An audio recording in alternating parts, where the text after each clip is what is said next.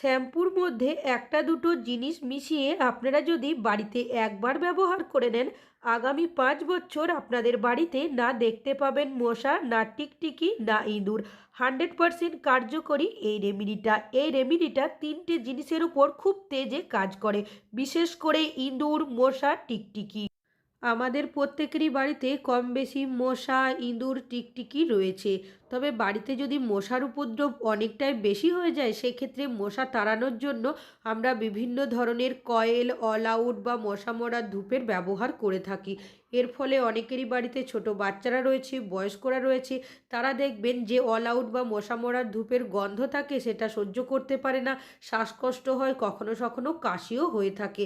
আর বাড়িতে যদি ইঁদুরের উপদ্রব বেশি হয়ে যায়, আমরা অনেকেই ইঁদুর মরার ওষুধ ব্যবহার করে থাকি। সেক্ষেত্রে সমস্যা কী হয়, ইঁদুর এমন জায়গায় মরে পড়ে থাকে, সহজে খুঁজে পায় না। বাড়িতে যদি ছোট বাচ্চারা থাকে, অনেক সময় ইঁদুর মারার ওষুধ ব্যবহার করতেও ভয় পায়।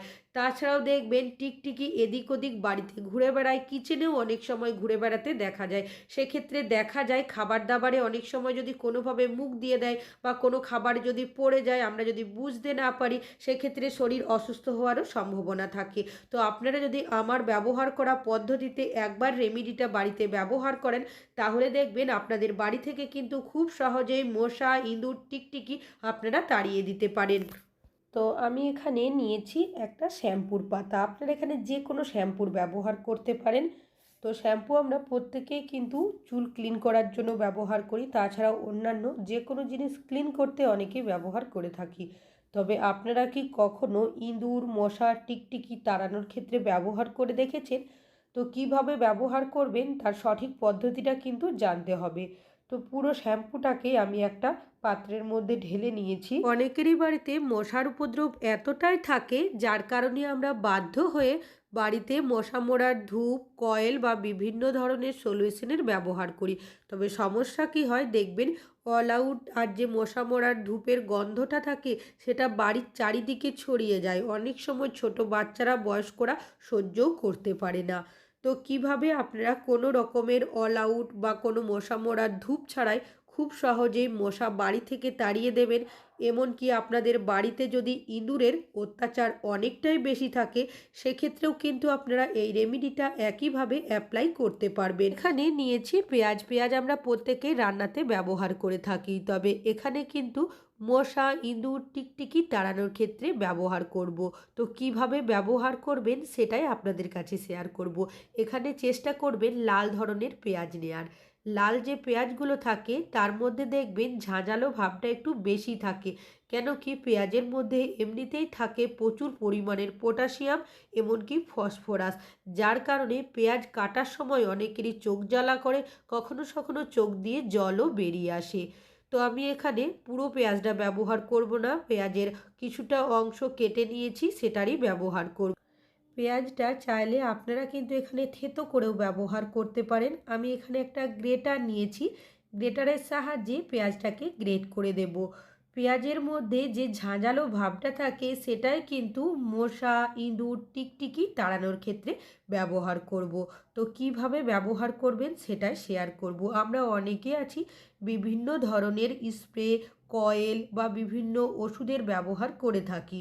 তবে আপনারা যদি এই রেমেডিটা একবার ব্যবহার করেন, আজকের পর থেকে আপনাদের কিন্তু কোনো রকমের কোনো স্প্রে, ওষুধ, কয়েল কোনো কিছুই ব্যবহার করতে হবে না। তো এখানে আমার গ্রেট করে নেওয়া হয়ে গেছে।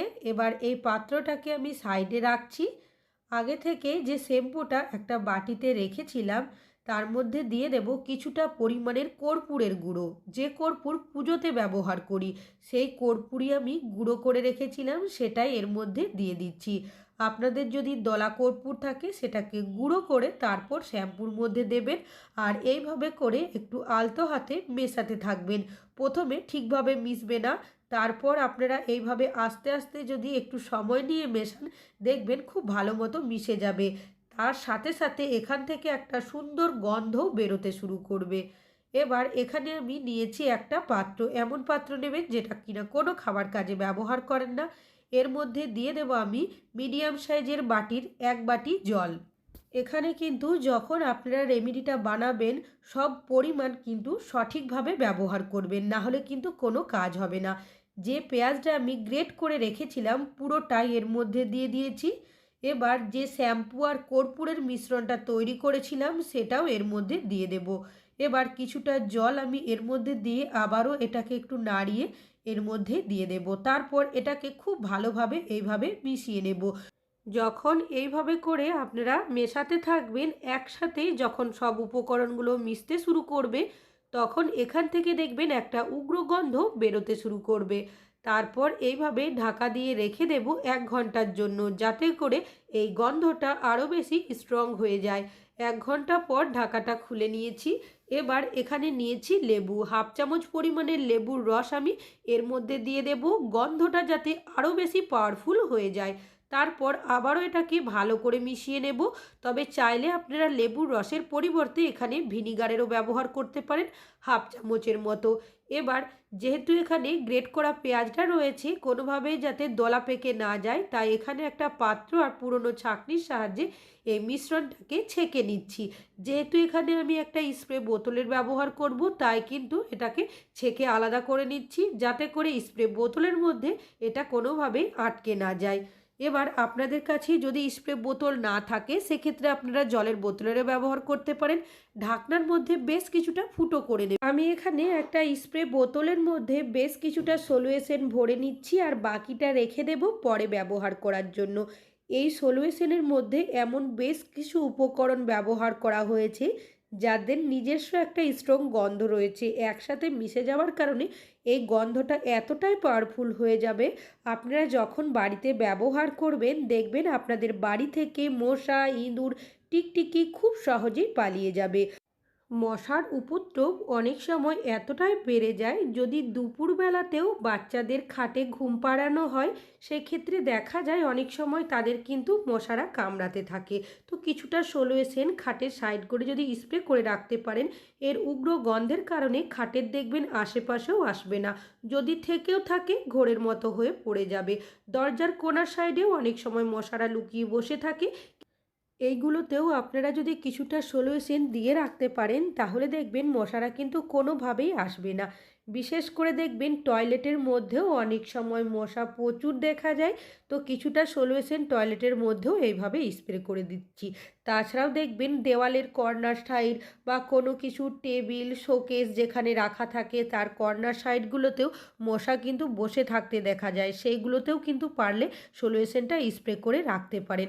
তাছাড়াও কিচেনের দেওয়ালের মধ্যে অনেক সময় দেখা যায় টিকটিকি ঘুরে বেড়ায়।